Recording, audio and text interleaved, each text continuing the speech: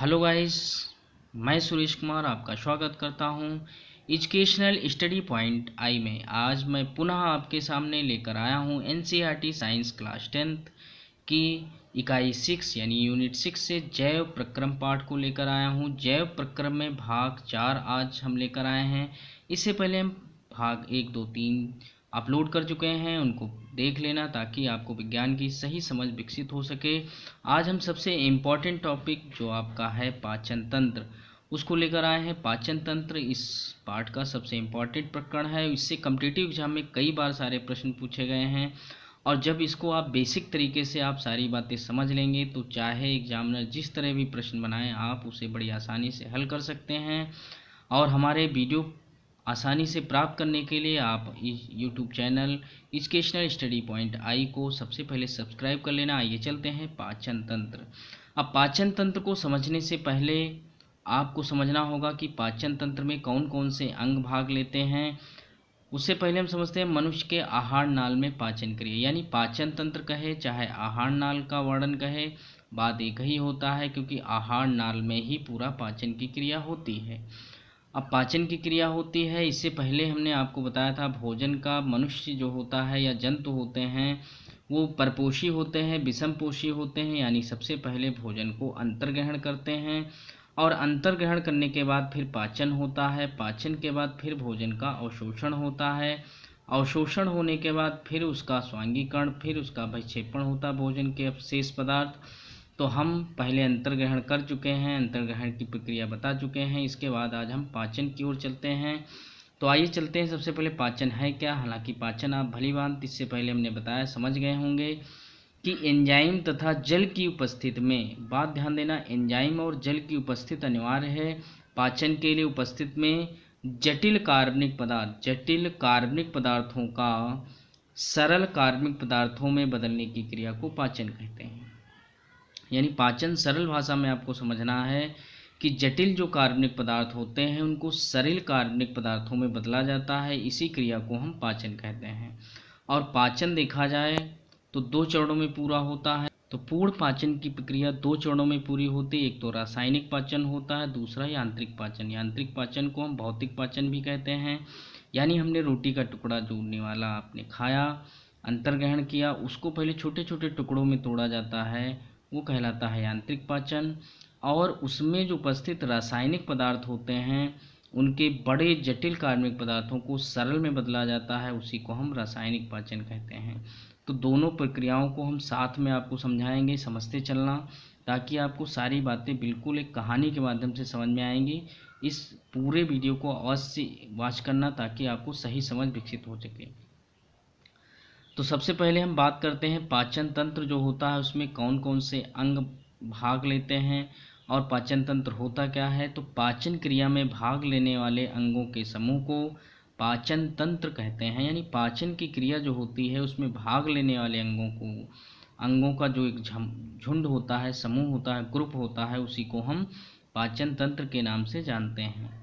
तो पाचन क्रिया में भाग लेने वाले अंग और ग्रंथियां निम्नलिखित हैं। देखो, पाचन में एक तो अंग भाग लेते हैं, दूसरी ग्रंथियां भाग लेती हैं। इनको भी आपको क्रम से समझना है। सबसे पहले मुख व मुख गुहिका होती है, यानी मुख गुहा भी इसे कहते हैं। दूसरा आपका ग्रसनी और तीसरा ग्रासनली होती है, यानी ग्रसनी या ग्रासनली एक में भी कभी कभी लिख दिया जाता है। फिलहाल आप ग्रसनी अलग है, ग्रासनली अलग है। और चौथा पॉइंट आपको समझना है आमाशय, पांचवा है छोटी आंत, बड़ी है, फिर है बड़ी आंत। तो आप पहले अंगों को समझिए, मुख गुहा, कृष्णी, ग्रासनली, आमाशय, छोटी आंत, बड़ी आंत, क्रम से समझना है ताकि आपको सारी बातें क्रम से समझ में आती रहें। तो यानी मुख गुहा में सबसे पहले भोजन जाएगा, फिर कृष्णी में, फिर ग्रासनली, फिर आमाशय, फिर छोटी आंत, फिर बड़ी आंत, क्रम से पढ़ते जाएंगे, सारी बातें समझ में आती जाएंगी। फिर इसी में पाचन ग्रंथियां भी भाग लेती हैं, जिनमें से लार ग्रंथि हैं, यकृत है और अग्न्याशय है। तो लार ग्रंथियां टोटल 6 होती हैं, अर्थात हम कहते हैं 3 जोड़ी। 3 जोड़ी का मतलब 3 दूनी 6। यकृत एक होता है, एक अग्न्याशय। तो इस प्रकार देखा जाए ग्रंथियां भी भाग पाचन में लेती हैं। अब छोटी आंत की बात की जाए तो छोटी आंत में 3 भाग होते हैं। आप जानते हैं सबसे पहले होता है डेड्यूनम, जेजुनम और इलियम। 3 भाग होते हैं और बड़ी आंत के भी 3 भाग सीकम, कोलन और रेक्टम होते हैं। तो इन सारी बातों को पहले आप क्रम से समझते जाइए। पहले मुख गुहा है, फिर ग्रसनी, फिर ग्रास नली, आमाशय। छोटी आंत के 3 भाग होते हैं, सबसे पहले डोडेनम, फिर है जेजुनम, फिर है इलियम, और बड़ी आंत के सीकम, कोलन, रेक्टम होते हैं। ये सारी बातें आप समझिए। अब हम समझते हैं कि भोजन में पाचन आखिर होता क्या है। तो आप समझिए, हमने कहा जटिल कार्बनिक पदार्थों को सरल कार्बनिक पदार्थों में बदलना। तो इस बात को समझना है, जटिल कार्बनिक पदार्थ हमारे शरीर में देखा जाए पोषक पदार्थ में कार्बोहाइड्रेट, वसा, प्रोटीन, विटामिन, खनिज आदि जो है पोषक पदार्थ पाए जाते हैं, जिनमें से वो ये कार्बोहाइड्रेट, वसा, प्रोटीन जो होती है ये जटिल होते हैं। इनको आसानी से हमारा शरीर एक्सेप्ट नहीं कर पाता है, अवशोषित नहीं कर पाता, इसीलिए इनका ही पाचन मुख्यतः होता है। यानी ये किसमें सरल में बदलते हैं, तो सरल कार्बनिक पदार्थ कौन होते हैं, कार्बोहाइड्रेट ग्लूकोज में बदलेगा, वसा जो है वसीय अम्ल यानी फैटी अम्ल में बदलेगी, फैटी एसिड में, प्रोटीन जो है अमीनो एसिड में बदल जाती है। तो यहाँ तक यानी ये पदार्थ यहाँ तक जब बदलेंगे तभी आपकी पाचन क्रिया पूर्ण हो जाएगी। तो ये पाचन होगा किसका, इन 3 पदार्थों का। बाकी सारे पदार्थ जैसे खनिज है, विटामिन हैं, ये अवशोषित कर लिए जाते हैं, जबकि ये अवशोषित नहीं होती, इन्हीं का पाचन होता है। तो आइए चलते हैं, सबसे पहले हम चित्र के माध्यम से समझते हैं। मान लिया एक मनुष्य का चित्र है। इस मनुष्य के चित्र में देखा जाए ये सबसे पहले मुख होता है, मुख गुहा। ये पूरी कैविटी है, आप देख रहे हैं मुख कैविटी आपको दिख रही होगी। तो ये मुख गुहा में दांत होते हैं ऊपर नीचे। टोटल 32 दांत होते हैं जो 4 प्रकार के होते हैं। तो संपूर्ण तरीके से पाचन क्रिया को समझने के लिए सबसे पहले अंगों का परिचय होना चाहिए, और इसको आप भली भांत अपने शरीर में अनुभव कर सकते हैं। दांत होते हैं 4 प्रकार के। दांत कृंतक, रदनक, चौणक, अग्रचौणक और चौणक टाइप के होते हैं।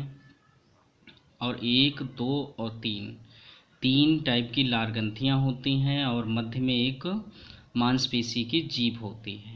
तो ये सब पाचन में सहयोग करने वाले अंग हैं। उसके बाद चलिए, तो यहाँ पर आपकी ग्रसनी होती है।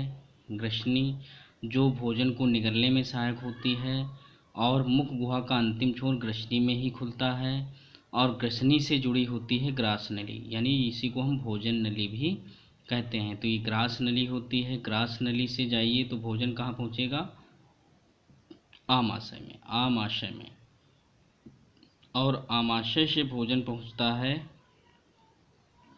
देखते हैं छोटी आंत में। छोटी आंत के अग्रभाग को ग्रहणी कहते हैं। देखो ये सी आकार की संरचना ग्रहणी है, और इसी ग्रहणी से 2 ग्रंथियां जुड़ी होती है। एक यकृत जुड़ी होती है, और यकृत में छोटा सा एक अंग जुड़ा रहती, थैलीनुमी संरचना, जिसे हम पित्ताशय कहते हैं। और इसी ग्रहणी से अग्न्याशय जुड़ा रहता है, ये अग्न्याशय हो जाएगी ग्रंथि। और फिर ग्रहणी से होती हुई ये छोटी आंत होती है, आपको दिख रही होगी, ये छोटी आंत है बीच में। और छोटी आंत से फिर यहाँ से जुड़ती है बड़ी आंत, ये नीली सी बड़ी आंत दिखाई पड़ रहा है। तो इस प्रकार आपने पूरे अंग को समझ लिया। ये बड़ी आंत अंत में गुदाद्वार होता है। तो ये संपूर्ण है आपका पाचन तंत्र हो जाता है। तो आपने पाचन पूरे जितने भी अंग हैं वो भाग लेते हो, सारी चीज़ों को आप पहले इस चित्र के माध्यम से समझिए। सारे जब चित्र समझ जाएंगे, और दूसरी बात आपको समझनी है पाचन किसका होना, कार्बोहाइड्रेट, वसा और प्रोटीन का। और ये होंगे किसकी उपस्थिति में, एंजाइम की उपस्थिति में। बिना एंजाइम के पाचन इनका नहीं हो सकता है। और अंत में बदलने किस में है, ग्लूकोज, वसीय अम्ल और अमीनो एसिड में। इन बातों को ध्यान रखना, और हम लेकर चलते हैं आपको पाचन की ओर। सबसे पहले मुख गुहा पहला अंग है। मुख गुहा माउथ कैविटी से कहते हैं। तो मुख गुहा में पाचन प्रारंभ होता है, और यहीं से आप सबसे पहले भोजन का अंतर्ग्रहण करते हैं। यानी भोजन सबसे पहले अंतर्ग्रहण करेंगे, और यहीं पर तो आप इसको समझिए मुख गुहा में खुलता है। मुख आपका जो मुंह होता है वो पूरे अंदर की ओर मुख कैविटी में खुलता है। मुख गुहा में कुल 32 दांत होते हैं, जो अंतर्ग्रहण किए गए भोजन का भौतिक यानी यांत्रिक पाचन कहते हैं। यानी भोजन जो है उसका छोटे छोटे टुकड़ों में तोड़ना यांत्रिक पाचन कहलाता है। यांत्रिक पाचन जो है दांत के माध्यम से होता है, और मांसपेशियों की बनी संरचना होती जिसे हम जीभ कहते हैं, जो भोजन को उलटने पलटने तथा लार को मिलाने में कार्य करती है। यानी एक तो लार को मिलाने का कार्य करती है, दूसरी बात उलटने पलटने का भी कार्य इसी जीव के द्वारा होता है। तो मुख गुहा में 3 जोड़ी लार ग्रंथियाँ होती हैं। आपको हमने इससे पहले बताया 3 जोड़ी लार ग्रंथियाँ होती हैं। आपसे पूछा जाता है, कई बार कॉम्पिटिटिव एग्जाम में पूछा गया है कि हमारे मनुष्य के शरीर में कितनी जोड़ी लार ग्रंथियाँ होती, तो 3 जोड़ी लार ग्रंथियाँ होती हैं, जिनसे क्या स्रावित होता है, लार स्रावित होता है। इस लार में 90% जल होता है, 1% एंजाइम होते हैं। अब लार में एंजाइम जो होते हैं वो एंजाइम कौन कौन से होते हैं, तो पहला आपका टाइलिन एंजाइम होता है जिसे हम इमाइलेज भी कहते हैं, और दूसरा होता है लाइसोजाइम एंजाइम। अब देखो यहाँ पर एंजाइम आपको मिल गया है तो यानी पाचन की क्रिया प्रारंभ हो जाएगी, इसमें भी पाचन होगा, यानी रासायनिक पाचन भी होगा, क्योंकि हमने पाचन बताया 2 तरीके से, एक यांत्रिक पाचन, एक रासायनिक पाचन। अब टाइलिन एंजाइम जो है ये क्या करेगा, पाचन करेगा। टाइलिन एंजाइम यानी ये जो हम भोजन ग्रहण करते हैं स्टार्च के रूप में, पौधों के द्वारा जो भोजन बना है उसको हम खाद्य ग्रहण करते हैं। तो ये टाइलिन एंजाइम जो होता है कार्बोहाइड्रेट यानी स्टार्च, हमने बताया था कार्बोहाइड्रेट वसा प्रोटीन को ही पचाता, तो कार्बोहाइड्रेट यहाँ पर स्टार्च को माल्टोज में बदल देता है। किस में बदल देता है, माल्टोज। माल्टोज क्या है, ये कम जो है देखा जाए डाइसेक्राइड टाइप का आपका कार्बोहाइड्रेट है, यानी हल्का है। स्टार्च बहुत पॉलीसेक्राइड यानी बहुत ही जटिल है, जबकि माल्टोज कुछ सरल है। और सबसे सरलतम देखा जाए तो ग्लूकोज होता है, उसी में हमें बदलना है। तो इस प्रकार आपने देखा टाइलिन एंजाइम स्टार्च को माल्टोज में बदल देता है। और दूसरा आपका एंजाइम जो लाइसोजाइम है ये क्या करता है, भोजन के साथ बहुत सारे रोगाणु यानी जीवाणु आते हैं उनका नाश करता है, यानी उनको समाप्त कर देता है। इस प्रकार मुख गुहा में लार के द्वारा भोजन का रासायनिक पाचन किसके द्वारा होता है, टाइलिन एंजाइम के द्वारा। तो आपने मुख गुहा को समझ लिया, मुख गुहा की बनावट कैसे होती है, कौन सा एंजाइम स्रावित होता है मुख में, टाइलिन एंजाइम स्रावित होता है जो किसको बदलता है, स्टार्च को माल्टोज में बदल देता है। दूसरा एंजाइम लाइसोजाइम होता है जो भोजन के जीवाणुओं का नाश करता है। इस प्रकार आपने मुख गुहा में भोजन को समझ लिया किस तरह पाचन होता है। उसके बाद कुछ लार ग्रंथियों का भी परिचय ले लेते हैं। लार ग्रंथियाँ 3 जोड़ी होती हैं, कुल संख्या 6 होती है। सबसे पहली जो ग्रंथ होती है हम कह सकते हैं पैरोटिड सलाइवा ग्लैंड होती है, यानी पैरोटिड लार ग्रंथि होती है, इनकी संख्या 2 होती है। और सब लिंगुअल जो आपकी सलाइवा ग्लैंड यानी लार ग्रंथि, इनकी भी संख्या 2 होती है। और सब मैक्सिलरी सलाइवा ग्लैंड जो आपकी 2 होती हैं संख्या में, तो ये भी। तो इस प्रकार आप 3 जोड़ी देखो, 1 2 3 जोड़ी लार ग्रंथियाँ हैं। अब यहाँ पर प्रश्न उठता है कि कौन सी लार ग्रंथि सबसे बड़ी होती, तो आप ध्यान रखना पैरोटिड लार ग्रंथि जो होती है इसे हम कर्णमूल लार ग्रंथि कहते हैं, यानी कान के पास होती है। तो दिखा है सबसे बड़ी कान के नीचे स्थित होती है, यानी कान के नीचे कौन सी ग्रंथि स्थित होती है, पैरोटिड यानी कर्णमूल ग्रंथि, कर्णमूल लार ग्रंथि जो सबसे बड़ी है। और सब लिंगुअल जो ये जिह्वा के नीचे स्थित होती है, और सब मैक्सिलरी जो सलाइवा ग्लैंड है वो जबड़े के पास होती है। तो तीनों की स्थितियों को हमने बताया कि 3 जोड़ी होती हैं, और इस प्रकार आपने समझा। तो मुख गुहा में जो पाचन होता है, जो लार होती है, उससे संबंधित बहुत कॉम्पिटिटिव एग्जाम में प्रश्न पूछे जाते हैं, उनको भी महत्वपूर्ण तथ्यों को समझ लेते हैं। तो मनुष्य में कुल 3 जोड़ी या 6 लार ग्रंथियाँ उपस्थित होती हैं। नंबर 1 पैरोटिड लार ग्रंथि सबसे बड़ी लार ग्रंथि होती है। जब इस ग्रंथि को पैरामिक्सोविषाण ध्यान रखना संपर्क में आता है तो मम्स यानी गलसुआ रोग हो जाता है, गलसुआ हो जाता है। गलसुआ किसके कारण होता है, पैरोटिड लार ग्रंथि के सूजन से होता है। कौन सा फैलाता है, पैरामिक्से विषाणु जो है इसको दूषित कर देता है। दूसरी बार लार का pH 6.8 होता है। इस प्रकार हम कह सकते हैं लार की प्रकृति रासायनिक कैसी होती है, अम्लीय होती है। ध्यान देना यहाँ पर एक बात और हम समझा दें, तो एक pH मान होता है, pH मान जो होता है 7 पर होता है उदासीन, और 14 पर होता है, 7 से 14 तक होता है क्षारीय, और 7 से 0 तक होता है अम्लीय। यानी 7 से नीचे होगा वो अम्लीय होगा, और 7 से ऊपर होगा वो क्षारीय होगा, और 7 होगा वो उदासीन होगा, ना अम्ल होगा ना क्षार होगा। और यहाँ पर देखो 6.8 बता रहा है, यानी क्या है 7 से नीचे है, तो इस प्रकार क्या हो जाएगा, अम्लीय हो जाएगा। इतना आप समझ लीजिए, जब हम pH मान बताएंगे तो आप समझ जाएंगे। आगे चलते, लार में 2 एंजाइम होते हैं, टाइलिन एंजाइम और लाइसोजाइम। टाइलिन जो है स्टार्च यानी शर्करा को माल्टोज में बदल देता है। लाइसोजाइम जो है जीवाणुओं का नाश करता है, ये भी आप भली भांति जान चुके हैं। अब हम चलते हैं, हमारे शरीर के लगभग 1.5 लीटर लार प्रतिदिन स्राव होती है। यानी स्वस्थ शरीर में देखा जाए एक वयस्क मनुष्य में लगभग 1 से 1.5 लीटर तक प्रतिदिन लार स्रावित होती है। मुंह में लार का आना एक प्रतिवर्ती क्रिया है। मनुष्य में दांत 4 प्रकार के होते हैं, कृंतक, रदनक, अग्रचौणक और चौणक। कृंतक को हम कैनिनाइन और इंसाइजर, कैनिनाइन और प्रीमोलर और मोलर। ध्यान देना, कृंतक 8 होते हैं, 4 ऊपर 4 नीचे। रदनक 2 ऊपर 2 नीचे, टोटल 4। अग्रचौणक 4 ऊपर 4 नीचे यानी टोटल 8। और चौणक 6 ऊपर 6 नीचे यानी टोटल 12। सबसे अधिक संख्या किसकी होती है? चौणक की। सबसे कम किसकी होती है? रदनक की। ये 4 प्रकार के दांत आपके शरीर में होते हैं। फिर आगे चले तो मनुष्य के जीवन में दांत 2 बार होते हैं, आप जानते हैं। एक बार दूध के दांत बच्चों में होते हैं, इनको हम अस्थायी दांत कहते हैं, जिनकी संख्या कुल 20 होती है। तो यहाँ भी प्रश्न एक उठता है कि कौन से दांत नहीं होते हैं, तो आप ध्यान रखना अग्रचौणक दांत जो हैं अस्थायी दांतों में नहीं होते हैं। और स्थायी दांत जो होते हैं, स्थायी दांत टोटल 32 होते हैं। इस प्रकार आपने देखा दांत 2 बार होते हैं, इसलिए हम इसे द्विबारदंती भी कहते हैं मनुष्य को। मनुष्य के शरीर का सबसे कठोरतम भाग दांत का एनेमल होता है। ये भी कई बार प्रश्न पूछा गया कि मनुष्य के शरीर में सबसे कठोरतम भाग कौन होता है, तो एनेमल होता है। दांत के ऊपर जो सफ़ेदी होती है बाहर की ओर, उसी को हम एनेमल कहते हैं। ये सबसे मजबूत भाग होता है। अब किसके कारण मजबूत होता है, तो आप ध्यान रखना फ्लोरीन तत्व के कारण। पाचन क्रिया मुंह से प्रारंभ होती, ध्यान रखना पाचन क्रिया कहाँ से? मुंह से ही प्रारंभ हो जाती, अभी आपने जाना। अब दूसरा अंग आपका ग्रसनी है। ग्रसनी को समझते हैं। मुख गुहा का पिछला भाग ग्रसनी में खुलता है, यानी मुख गुहा जो होती है माउथ कैविटी, उसका पिछला भाग जो होता है ग्रसनी में खुलता है।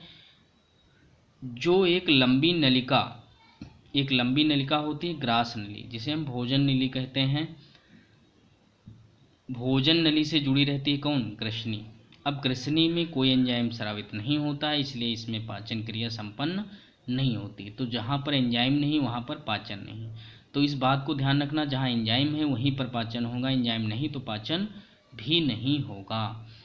तो ये भी कई बार प्रश्न पूछा गया है कि कौन कौन से ऐसे अंग जहाँ पर पाचन क्रिया जो है रासायनिक पाचन नहीं होता, तो आप ग्रसनी कह सकते हैं। क्यों नहीं होता? क्योंकि एंजाइम नहीं। इसी प्रकार ग्रास नली में भी पाचन नहीं होता। क्यों? क्योंकि यहाँ भी एंजाइम कोई स्राव नहीं होता है। लिखा है ग्रास नली लगभग 25 सेंटीमीटर लंबी उपास्थि की बनी संरचना होती है। यहाँ यह संरचना प्रत्यास्थ होती है, इसमें क्रामाकुंचन की गति होती है, जिससे भोजन नीचे खिसकता है और अमाशय में पहुँचता है। और ग्रास नली में भी कोई पाचक एंजाइम नहीं होता, अतः पाचन भी नहीं होता है। तो आपने समझा ग्रसनी और ग्रास नली में कोई भी एंजाइम नहीं, इसलिए पाचन क्रिया भी नहीं होती है। अब हम लेकर चलते हैं, भोजन पहुंचता है ग्रास नली से सीधे कहाँ पर? आमाशय में। अब आमाशय एक थैली रूमी संरचना है, जो हमारी आंत का हमारी जो आहार नाल है उसका सबसे चौड़ा भाग है। तो आमाशय आहार नाल का सबसे चौड़ा भाग है। ये जे आकार की संरचना है। आमाशय की भित्ति यानी अंदर की जो भित्त होती है मजबूत पेशियों से बनी होती है। इन्हीं पेशियों में संकुचन व शिथिलन की गतियाँ से भोजन मथा जाता है, यानी भोजन जो है यांत्रिक रूप से मथा जाता है। और साथ में आमाशय की आंतरिक भित्त में जठर ग्रंथियाँ भी पाई जाती हैं, जठर ग्रंथियाँ। और इन्हीं जठर ग्रंथियों से एक पाचक रस स्रावित होता है, जिसे हम जठर रस कहते हैं। तो पूछा जाता है जठर रस किससे स्रावित होता है, तो जठर ग्रंथियों से।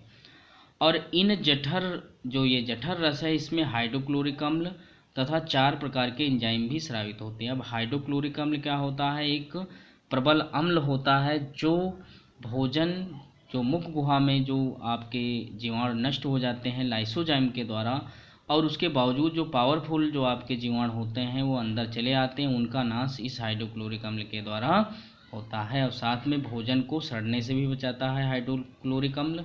तो ये सारी चीज़ें आप समझते रहिए, ये आमाशय में होता है। अब 4 एंजाइम कौन कौन से होते हैं? पेप्सिन, रेनिन, म्यूसिन और गैस्ट्रिक लाइपेज। अब पेप्सिन का कार्य क्या होता है? तो पेप्सिन आप जानते हैं प्रोटीन को सरल पेप्टाइड अणुओं में बदल देता है, यानी प्रोटीन का पाचन करता है। रेनिन भी प्रोटीन का पाचन करता है, लेकिन दुग्ध की प्रोटीन जो केसिन होती है उसको पचाता है।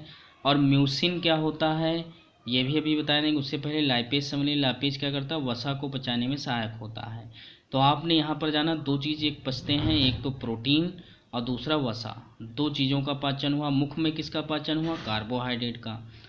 अब हम चलते हैं, ये अमाशय की जो आंतरिक परत होती है हाइड्रोक्लोरिक अम्ल से बचाता है। यानी आप जानते हैं अमाशय की भित्त जो है उसमें जो ये जो अम्ल पाया गया है हाइड्रोक्लोरिक अम्ल HCl, इसका pH मान होता है 2.3। pH कितना होता है, 2.3। अब ये 2.3 प्रबल अम्ल है। ये क्या करेगा, ये हमारी अमाशय को सड़ा सकता है, उसको गला सकता है। इसलिए क्या होता है, म्यूसिन एंजाइम जो होता है इस हाइड्रोक्लोरिक अम्ल से बचाता है, इसीलिए हमारी आंतरिक परत नहीं गलती है। तो ये भी आप समझ लीजिए। इस प्रकार आपने जाना कि अमाशय में भोजन लगभग 2-4 घंटे तक रहता है, 2 से 4 घंटे तक सबसे अधिक देर तक यहीं पर रहता है, तथा HCl अम्ल यानी हाइड्रोक्लोरिक अम्ल भोजन के साथ आए जीवाणुओं का नाश करता है और अमाशय के अल्प पचित भोजन को कायम कहते हैं। यह कायम अम्लीय होता है। तो भोजन भैया जो पच गया है जो भी यहाँ पर, वो कहलाता है कायम। क्या कहलाता है, कायम। इस लुगदी रूपी संरचना को कायम कहते हैं भोजन की। और ये कैसा होता, अम्लीय, क्योंकि यहाँ पर हाइड्रोक्लोरिक अम्ल है। हाइड्रोक्लोरिक अम्ल का pH मान 2.3 है, तो 2.3 का मतलब क्या हुआ, अम्लीय है। इसलिए भोजन भी कैसा होगा, अम्लीय होगा। अब भोजन पहुँचता है छोटी आंत में। तो अमाशय का कायम छोटी आंत में प्रवेश करता है और छोटी आंत के मुख्यतः 3 भाग होते हैं। ग्रहणी जिसे हम ड्यूडेनम कहते हैं, जेजुनम और इलियम। अब छोटी आंत का अग्रभाग जो आगे का भाग होता है उसे हम ग्रहणी कहते हैं, जिसे हम ड्यूडेनम कहते हैं। और ये सी आकार की संरचना होती है जिससे 2 प्रकार की पाचक ग्रंथियाँ जुड़ी रहती हैं, यकृत और अग्न्याशय। अब अग्न्याशय क्या है, यकृत क्या, इसको भी समझ लीजिए। यकृत से कोई भी एंजाइम नहीं निकलता है। लिखा है यकृत से पित्तरस स्रावित होता है जो ग्रहणी के भोजन को क्षारीय बनाता है तथा वसा का पायसीकरण करता है जिससे वसा घुलनशील हो सके। यानी यहाँ पर यकृत का सिर्फ और सिर्फ काम है कि भोजन को जो वसीय पदार्थ है वसा, उसका पायसीकरण करता है। इस ऐसा बना देता है कि वसा जो है जल में घुलने योग्य हो जाती है। और यकृत से जो रस निकलता है पित्तरस, इसमें कोई भी एंजाइम नहीं होता है। और अग्न्याशय से रस निकलता है अग्न्याशयी, जो भोजन को पचाने में सहायक होता है। ये चलते हैं अग्न्याशयी ग्रंथि।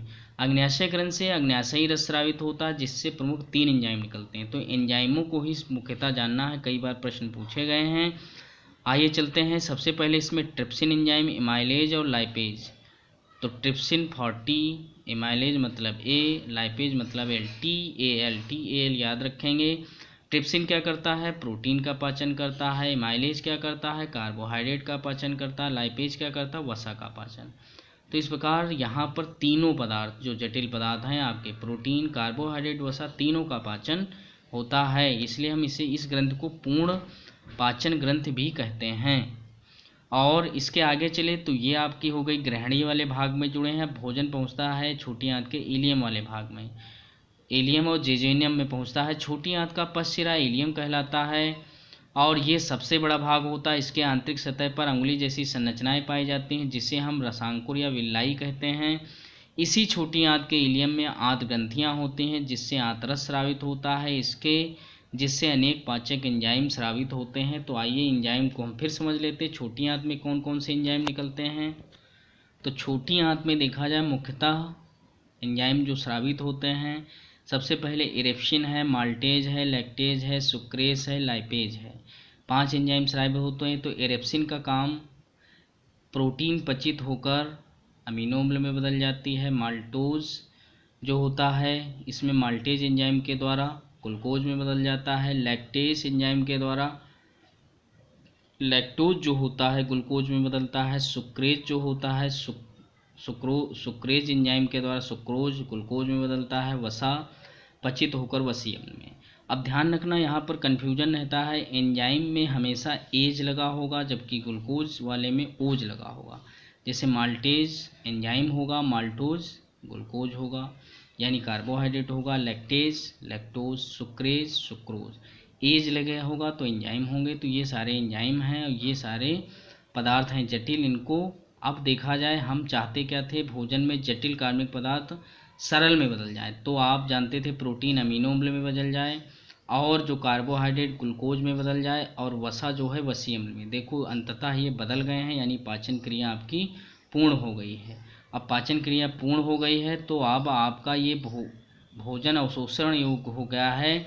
अब क्या होगा, इसी छोटी आंत में जटिल कार्बनिक पदार्थ पूर्ण रूप से सरल कार्बनिक पदार्थ में बदल जाते हैं और छोटी आंत के रसांकुरों द्वारा अवशोषित होकर रक्त में मिल जाते हैं। यानी भोजन का यहाँ पर अवशोषण हो जाता है, भोजन यहाँ पर छोटी आंत में पूर्ण रूप से पचित हो जाता है और कहाँ होता है, रसांकुरों के द्वारा अवशोषित होकर रक्त में विलीन हो जाता है और रक्त के माध्यम से कहाँ पहुँचेगा, कोशिका में।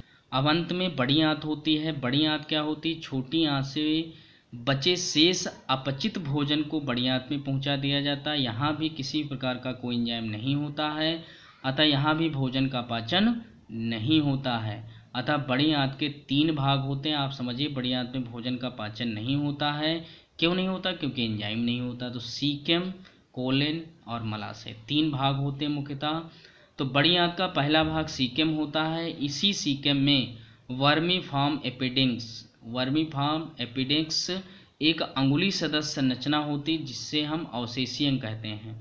मनुष्य में ये अंग जरूर है लेकिन अब इसका कोई काम नहीं है, ये अवशेषीय अंग है। क्योंकि जब भोजन ये शाकाहारी में होती तो शाकाहारी क्या करते हैं, सेल्यूलोज को पचाने का काम करते हैं, लेकिन अपने जो मानव शरीर है उसमें अब सेल्यूलोज का पाचन नहीं होता है क्योंकि वर्मीफॉर्म एपिडेक्स क्या करती है, अब अवशेषीय अंग के रूप में कार्य करती है। तो इस प्रकार आप कोलन समझिए। बड़ी आंत का सबसे बड़ा भाग कोलन होता है। बड़ी आंत में सिर्फ जल का अवशोषण होता है। आप ध्यान रखना, हमारी आंत में, बड़ी आंत में फिर क्या काम है, सिर्फ जल का अवशोषण होता है, बाकी शेष जो पदार्थ होता है मलाशय में पहुंचता है। तो बड़ी आंत का अंतिम भाग मलाशय होता है जहां अपशिष्ट पदार्थ एकत्रित होते हैं और अंत में मल द्वार से शरीर से बाहर निकाल दिए जाते हैं और हानिकारक अपशिष्ट पदार्थों को विष्ठा को निष्कासित कर दिया जाता है, जिस क्रिया को हम बहिक्षेपण कहते हैं। अब आप समझ गए होंगे, हमने इससे पहले 5 प्रोसेस बताई थी। सबसे पहले भोजन का अंतर्ग्रहण होगा, फिर आपका भोजन का पाचन होगा, पाचन के बाद अवशोषण होगा, फिर आपका स्वांगीकरण होगा, फिर बहिक्षेपण होगा। तो आपने देखा अंतर्ग्रहण कर लिया हमने, फिर भोजन पाचन भी हो गया और छोटी आंत के रसांकुर के द्वारा अवशोषित भी हो गया और फिर कोशिका में रक्त में के द्वारा पहुंचेगा तो स्वांगीकरण हो जाएगा और फिर शेष पदार्थ जो बचे उसे हम बहिक्षेपण कर देंगे। तो यहाँ पर बहिक्षेपण की क्रिया पूर्ण हो जाएगी। इस प्रकार ये पाचन पूरा आपका संपूर्ण तरीके से क्रमबद्ध तरीके से आप पॉइंट टू पॉइंट पढ़ते जाएंगे और सारी चीज़ें समझते जाएंगे। इस वीडियो को एक बार देखने के बाद दोबारा फिर देखना ताकि आपको सही रूप से ये पाचन तंत्र समझ में आ सके। पूर्ण तरीके से हमने बताने का प्रयास किया। यहाँ तक आपने वीडियो को देखा उसके लिए धन्यवाद। नमस्कार।